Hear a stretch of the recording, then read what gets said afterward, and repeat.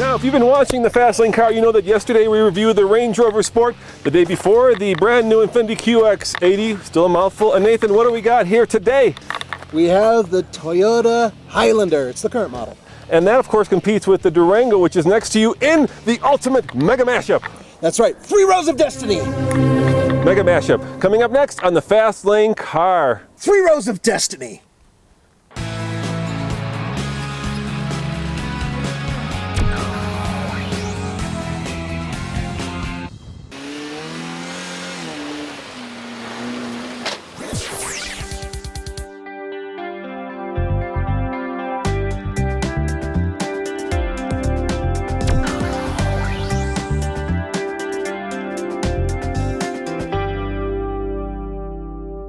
All right, guys, take a picture because it'll last longer. And I'm saying that because this particular model, the 2013, is about to go away and the new 2014 is coming. Now, the 2013 in my mind is very, well, stodgy would be one word that comes to mind, but I think traditional, conservative, and not groundbreaking would be another way to describe it. Buried deep inside of this engine compartment is a 3.5 liter V6. It puts out 270 horsepower and 248 pound-feet of torque, and unfortunately it's hooked up to just a 5-speed automatic transmission. How much is the tow, Nathan? 5,000 pounds. 5-speed, huh? 5-speed. You know, the next generation is going to have a 6-speed. 6? Yeah. Wow, wow. I mean, don't the other vehicles here have like 7 and 8 speed?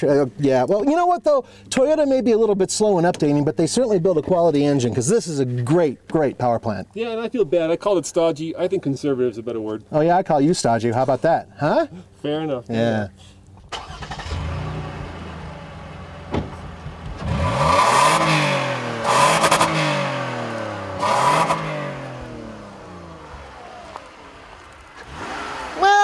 You know what? At least it lets me rev up to past 6,000 RPM. It just doesn't sound like a lot.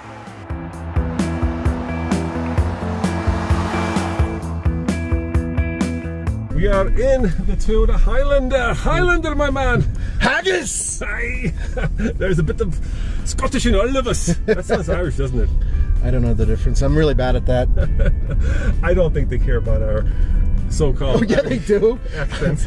Dear jerks over at tflcar.com, I hate your haggis impersonation. All right, you know, we call this very fuel efficient, but let's be honest, it's got the same MPG combined as the Durango. And the Durango has more power, and the Durango feels sportier. But around town, I've driven these, and it's such an easy car to drive. I mean, it's really a very good mom and dad car if you don't care about driving dynamics.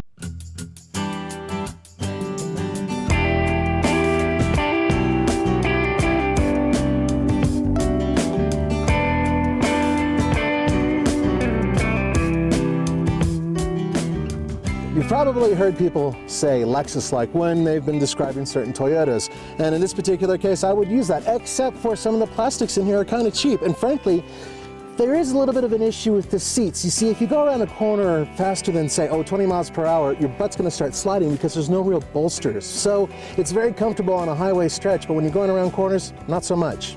Nathan just called this Lexus-like. I'm going to call it Lexus Light. Think of it as a tall Camry with a little bit more room, but that's not saying much because there isn't a huge amount of space in this. Today, all these vehicles are getting bigger and bigger, and this feels like it was designed a generation ago. So yeah, it's a little bit tight. I do fit in here, my legs fit, my head fits, but it feels claustrophobic, and I wouldn't want to spend a lot of time because this thing is a sea of black.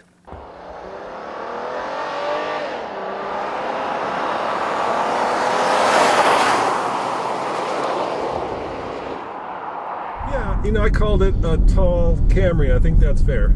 Yeah. You know, it's perfectly fine. It is more of an appliance than of a, you know, a passionate thoroughbred. But it's not supposed to be a passionate thoroughbred. So talking about kind of steering feel is silly because there isn't much. No. Talking about road feel, same thing. There isn't much. Very, very smooth ride, though. You got to admit. Yeah, it does have a good ride, and it does do all-wheel drive, so when the snow starts falling or the rain starts coming, you do feel much more secure in this vehicle. Yeah, it's a secure vehicle too. Off-road, I've tried it once in these, not a good idea. It's just, it doesn't like it. What it likes is snow, rain, a little bit of dirt maybe, that's about it.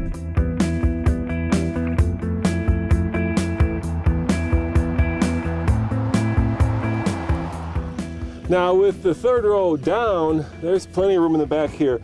But what's the fun of stuffing Nathan into a car with plenty of room? Let's put the third row up.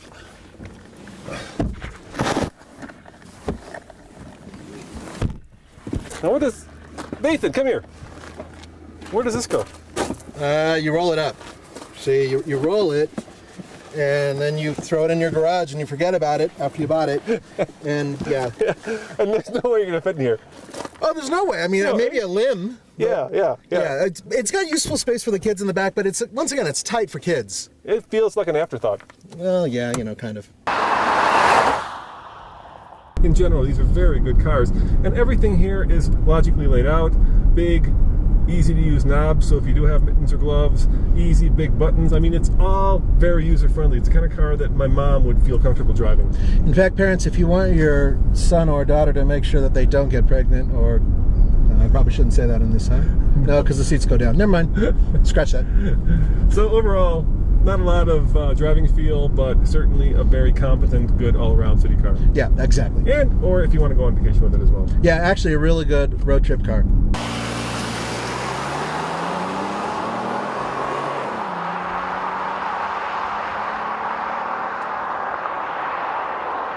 All right, here we go.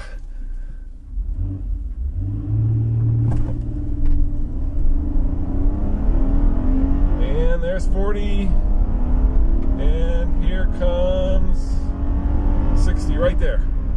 Oh, look at that. I'll be darned. That's interesting. 9.46, 9.46. Now, if we were to extrapolate that to sea level, it'd be about 8.46. So it's less gears, but nice and revvy engine, a lot of power. Doesn't sound terrific, but you know what? For a big 7-passenger vehicle, it could be a lot slower.